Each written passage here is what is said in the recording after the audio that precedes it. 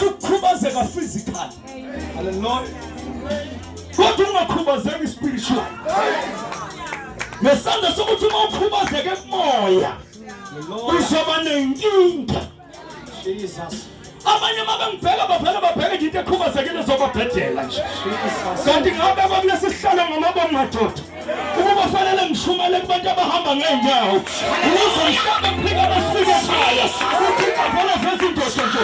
Ehamba ngesama.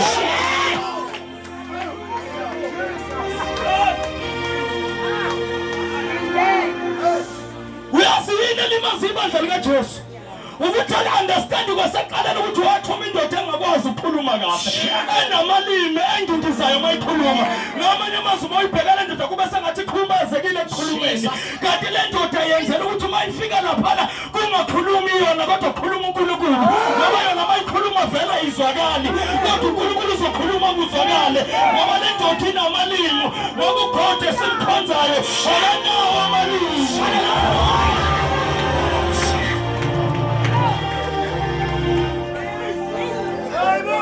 Kulezinsuku abadlali kwasakwanda abantu abathanda ukukhuluma.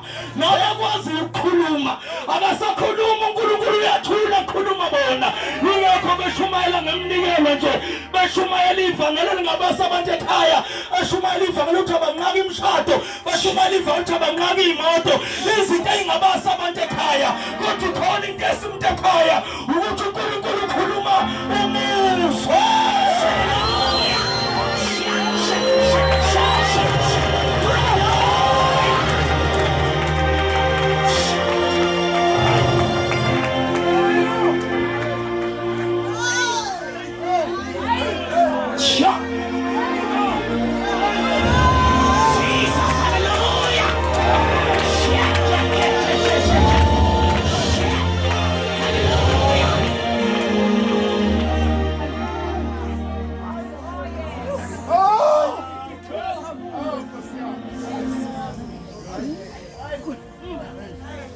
yakho kungayihambi.